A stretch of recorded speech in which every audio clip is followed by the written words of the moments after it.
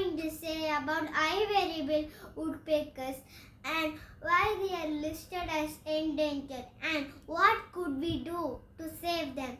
First, ivory-billed woodpeckers are otherwise called Lord God bird, found mostly in US and Cuba.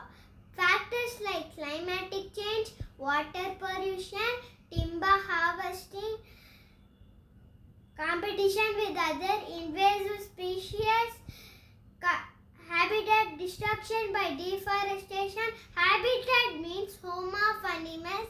Deforestation means cut down the trees.